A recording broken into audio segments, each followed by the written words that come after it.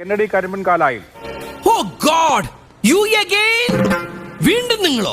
Christmas ആഘോഷിക്കുന്ന പള്ളികളെയും അലങ്കാരങ്ങളുള്ള സ്കൂളുകളെയും shopping കോംപ്ലക്സുകളെയും മാത്രമൊന്നുമല്ല, ഈ നമ്മുടെ റോഡരികിലൊക്കെ വാഹനങ്ങളൊക്കെ നിർത്തുന്ന സമയത്ത് അവിടെ ക്രിസ്മസ് പാപ്പായുടെ മുഖമൂടിയും തൊപ്പിയും ബലൂണും ഒക്കെ വിൽക്കുന്ന ആളുകൾ പോലും ടാർഗറ്റ് ചെയ്യപ്പെട്ടു. ഇതൊന്നും ഹിന്ദു രാഷ്ട്രത്തിൽ പറ്റില്ല എന്ന് ആക്രോശിക്കുന്നത് നേരത്തെ വിഷ്വലിൽ അങ്ങ് കണ്ടു എന്ന് ഞാൻ വിചാരിക്കുന്നു. എന്ത് തോന്നുന്നു? ഓർമ്മയില്ല. ഞാനൊന്ന് പറയട്ടെ. അതാണ് നിനക്ക് ഓർമ്മയുണ്ടല്ലോ, ഒന്ന് പറഞ്ഞേ. എനിക്കൊന്ന് മൂത്രമൊഴിക്കണം. അഭിലാഷേ, ആദ്യം തന്നെ അഭിലാഷ് കുറച്ച് വെള്ളം കുടിക്കുക. കാരണം BJP-യുടെ പ്രതിനിധിയോട് ഏറ്റുമുട്ടി തളർന്നിരിക്കല്ലേ. എന്ത് ചീഞ്ഞ കോമഡിയാണ്. കൊള്ളൂല്ലേ?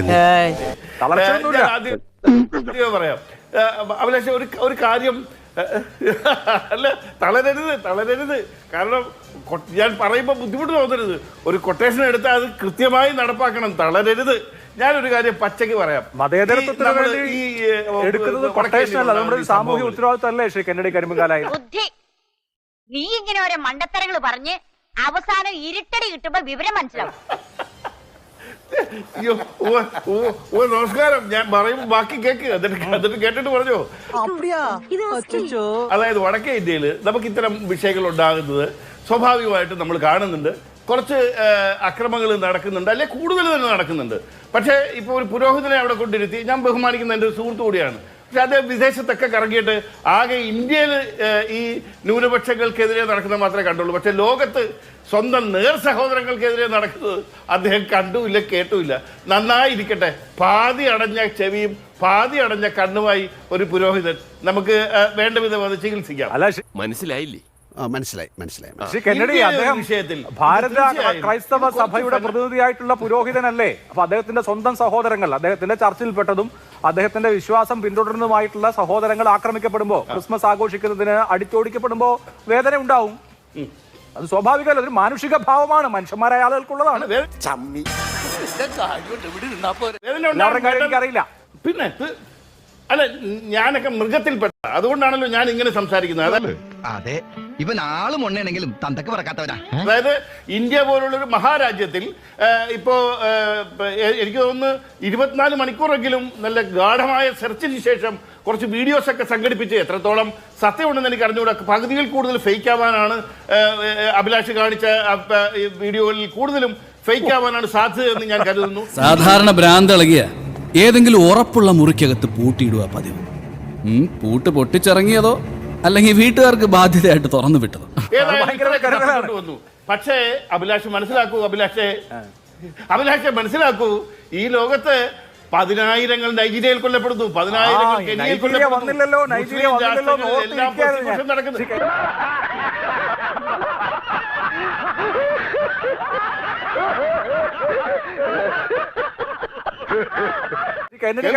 ഞാൻ അങ്ങോട്ട് പണ്ടും പറഞ്ഞിട്ടുണ്ട്, ഈ അടുത്ത് മരിച്ച ശ്രീനിവാസൻ എഴുതിയ സിനിമയിലെ ആ ഒരു സിനിമയില് മോഹൻലാലിന്റെ കഥാപാത്രം ശ്രീനിവാസന്റെ കഥാപാത്രം തമ്മിൽ സംഭാഷണമുണ്ട്. അതില് ശ്രീനിവാസന്റെ കഥാപാത്രം മോഹൻലാലിന്റെ കഥാപാത്രത്തോട് പറയുന്നത് അങ്ങ് ശ്രീപത്മനാഭനോട് പറയുന്നതായിട്ടാണ് ഞാൻ സങ്കല്പിക്കുന്നത്.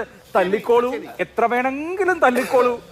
ഈ നാട്ടിലൊന്നും ഇന്ത്യയിലെ ക്രൈസ്തവ സമൂഹത്തെ അവമതിക്കല്ലേ. തല്ലിക്കോളൂ, എത്ര വേണമെങ്കിലും തല്ലിക്കോളൂ എന്ന് ഇങ്ങനെ സംഘപരിവാറിന്റെ കാൽ പിടിച്ച് സോദരർ തമ്മിലെ പോരല്ലോ. അതുകൊണ്ട് ഞങ്ങൾ ആ തല്ലങ്ങ് സഹിച്ചോളാം എന്ന് പറയുന്നത് കേൾക്കുന്ന താങ്കളുടെ സുഹൃത്തുക്കളും സഹോദരന്മാരും കുടുംബാംഗങ്ങളുടെ ഒക്കെ കാര്യം ഓർക്കുമ്പോഴാണ് എനിക്ക് വിഷമം. ഈ മാതിരി ആളുകൾ നമുക്ക് പറ്റൂല.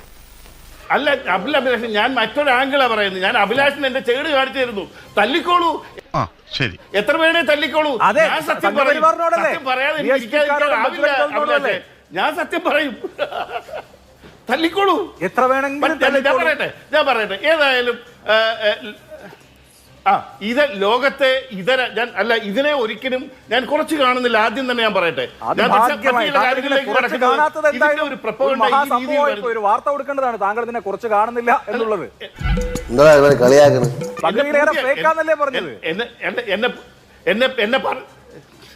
എന്നെ പറഞ്ഞ് പൂർത്തിയാക്കാതെ കട്ട് ചെയ്യരുത് കേട്ടോ. എനിക്കൊരു ഉണ്ടാക്കാനുള്ള ഒരു സാഹചര്യം പറയട്ടെ. പുറത്ത് ഈ ലോകത്ത് മുഴുവൻ 10,000 കൊല്ലപ്പെട്ടിട്ടും എനിക്ക് അറിയാൻ പാടില്ലായിട്ട് ചോദിക്കുക. നീ ഒറ്റ ഡയലോഗ് വെച്ച് എത്ര കാലം ഫീൽഡിൽ പിടിച്ചേക്കും?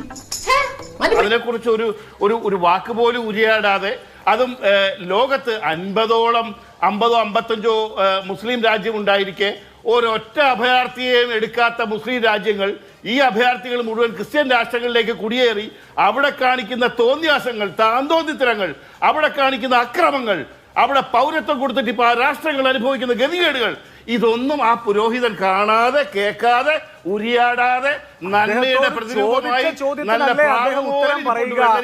കെന്നഡി, ഞാൻ അദ്ദേഹത്തോട് ചോദിച്ചത് ക്രിസ്മസ് ആഘോഷിക്കുന്ന ഇന്ത്യയിലെ ക്രൈസ്തവർ നേരിട്ട ആക്രമണങ്ങളെ കുറിച്ച് ചോദിക്കുമ്പോൾ അദ്ദേഹം ഇന്ത്യയിലെ ക്രൈസ്തവർ ക്രിസ്മസ് ആഘോഷിക്കുന്നതിനിടയിൽ നേരിട്ട ആക്രമണങ്ങളെ കുറിച്ചല്ലേ പറയാ, അതല്ലാതെ ഉഗാണ്ടയിലും നൈജീരിയയിലും അസർബൈജാനിലും നടക്കുന്ന കാര്യങ്ങളെ കുറിച്ചാണോ ആ സമയത്ത് അദ്ദേഹം പറയേണ്ടത്?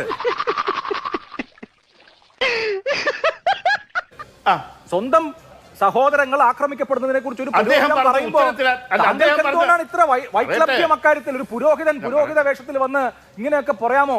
ഞങ്ങളുടെ കൂട്ടുകാരെ അങ്ങനെ പറയാമോ? അങ്ങനെ പറഞ്ഞാൽ അവർക്ക് ബുദ്ധിമുട്ടാവില്ലേ? അങ്ങനെയാണോ? അച്ഛൻ പറഞ്ഞിനി സംഘപരിവാറിനെങ്ങാനും ബുദ്ധിമുട്ടായിരിക്കും എന്നാണോ? സമ്മതിക്കല്ലോ പറയുന്നേ, രസല്ലേ? ഞാൻ പറയട്ടെ, അഭിലാഷ് തന്നെ പറഞ്ഞോണ്ട് അദ്ദേഹം പറഞ്ഞു തുടങ്ങിയത് തന്നെ ഞാൻ വിദേശത്തായിരുന്നു, വിദേശത്തൊക്കെ ഞാൻ പറയാൻ ശ്രമിച്ചപ്പം ഏതാണ്ടൊക്കെ പാളിപ്പോയി, പുള്ളിയുടെ ഒരു വശം തളർന്നു എന്നൊക്കെയാണ് പുള്ളി പറഞ്ഞത്. അതുകൊണ്ടാണ് ഞാൻ പറഞ്ഞത് പുള്ളി ഈ ഒരു വശം മാത്രമേ തളരുന്നുള്ളൂ, അതിനേക്കാളൊക്കെ ഗംഭീരമായ കാര്യങ്ങൾ പലത് പുള്ളി കാണാതെ പോകുന്നു. എന്തായാലും ഞാൻ പറയുന്നത് ഒരു കൂട്ടം ഫനാറ്റിക്സ്, നേതൃത്വമില്ലാത്ത ഒരു കൂട്ടം തെമ്മാടി കൂട്ടങ്ങൾ കാണിക്കുന്ന കുറെ കോപ്രായങ്ങളെ ഇത്തരത്തിലല്ല, എൻ്റെ ഒരു പേഴ്സണൽ അഭിപ്രായം, ഇത്തരത്തിലല്ല ഈ നാട്ടിലെ മാധ്യമങ്ങൾ കൈകാര്യം ചെയ്തിട്ടുണ്ട്. അവിടെ തമാശയല്ല, ഗൗരവത്തോടു കൂടി ഒരു കാര്യം പറയാം. ഒരു കൂട്ടം നേതൃത്വമില്ലാത്ത ഫനാറ്റിക്സ് എന്നൊക്കെ പറയുമ്പോൾ എന്റെ നരേറ്റീവ് ഉണ്ടാക്കാൻ എന്നെ സമ്മതിക്കൂ. ഒരു സെക്കൻഡ്, എന്റെ വായിലിരിക്കുന്നത് കുത്തിക്കെട്ടാതെ എന്റെ അമ്മോ, എവിടെ നിന്ന് കിട്ടിയോ ഞൊണ്ടി? എന്റെ നരേറ്റീവ് പാച്ചേട്ടാ അവമാനിക്കരുത്, ഞാൻ നല്ലൊരു കുടുംബത്തിൽ പറഞ്ഞവനാണ്. നീ നല്ല കുടുംബത്തിൽ പറഞ്ഞു, ഞാൻ പിന്നെ മറ്റേ കുടുംബത്തിൽ പറഞ്ഞു. പ്രത്യയശാസ്ത്ര പദ്ധതിയുടെ ഭാഗമാണ്. എന്റെ കയ്യിൽ ഭൂലോകമണ്ടന്മാരല്ല. ക്രിസ്മസിനെ ഓർഗനൈസർ ഡിസാസ്റ്ററസ് സെലിബ്രേഷൻസ് എന്നുള്ളതാണ്. ഈ പറഞ്ഞ സംഘടനകളൊക്കെ ഒക്കെ സംഘപരിവാറിന്റെ സംഘടനകളാണ്, സംഘപരിവാർ സ്ഥാപിച്ച സംഘടനകളാണ്. പരിവാർ എന്നറിയപ്പെടുന്ന സംഘടനകളിൽ 2 സംഘടനകളാണ് ഈ പറയുന്ന VHPയും ബജ്രംഗ് ദളും. ഇത് ഏതോ വഴിയെ പോകുന്ന ആരോ എന്തൊക്കെയോ ഹിന്ദു എന്നൊക്കെ പേരിട്ട് വന്ന് ഫനാറ്റിക്സ് അല്ല. അഭിലാഷിന്റെ ഇഷ്ടം പോലെ സമയമുണ്ടല്ലോ, എന്നെ പറയാൻ അനുവദിക്കും. എന്നെ കുറിച്ച് ഇങ്ങനെ വികലാംഗനാക്കാതെ ഞാൻ ആദ്യം പറഞ്ഞ എന്റെ നരേറ്റീവ് ഉണ്ടാക്കാൻ എന്നെ അനുവദിക്കൂ. ഞാൻ പറയട്ടെ, ഇങ്ങനെ കുറച്ച് ഫനാറ്റിക്സ് അവിടെ കാണിച്ചാൽ ഗവൺമെന്റ് അത് നേരിടണം, അതിന്റെ കേസെടുക്കണം. ഈ നാട്ടിലെ മാധ്യമങ്ങളും മറ്റുള്ളവരും അതിനാവശ്യമായിട്ടുള്ള പിന്തുണ കൊടുക്കണം. ഈ ക്രിമിനലുകളെ വേണ്ട വിധത്തിൽ ശിക്ഷിക്കുന്നതിന് നടപടിയെടുക്കണം. അല്ലാതെ ഈ നാട്ടിലെ മാധ്യമങ്ങൾ ഹമാസിനെയും ഹിസ്ബുള്ളയ്ക്കും കൊടുക്കുന്ന മാതിരി 10 പൈസ ചെലവില്ലാതെ അവർക്ക് പരസ്യം ഉണ്ടാക്കി കൊടുക്കുന്ന മാതിരി ഇങ്ങനെ രാവിലെ വൈകുന്നേരം ഇങ്ങനെ അടിച്ചുകൊണ്ട് യാതൊരു പ്രയോജനവുമില്ല. അവർക്ക് ഗുണമുണ്ടാവുന്നുള്ളതല്ലാതെ ഇക്കാര്യത്തിൽ ഒരു ദോഷവും അവർക്ക് സംഭവിക്കുന്നില്ല. എങ്ങനെയുണ്ട് എന്റെ പെർഫോമൻസ്? വാർത്തയും കൊടുക്കരുതില്ലേ? തല്ലിക്കോ, എത്ര വേണമെങ്കിലും തല്ലിക്കോ എന്ന സമീപനമായിരിക്കണം എന്റെ അഭിലാഷ സമീപനം. എന്നെ പറയിച്ചില്ല.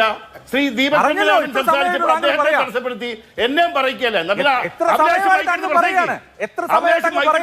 ഞങ്ങൾ കേട്ടോണ്ടിരിക്കുക. താങ്കളാണ് പറയുന്നത്.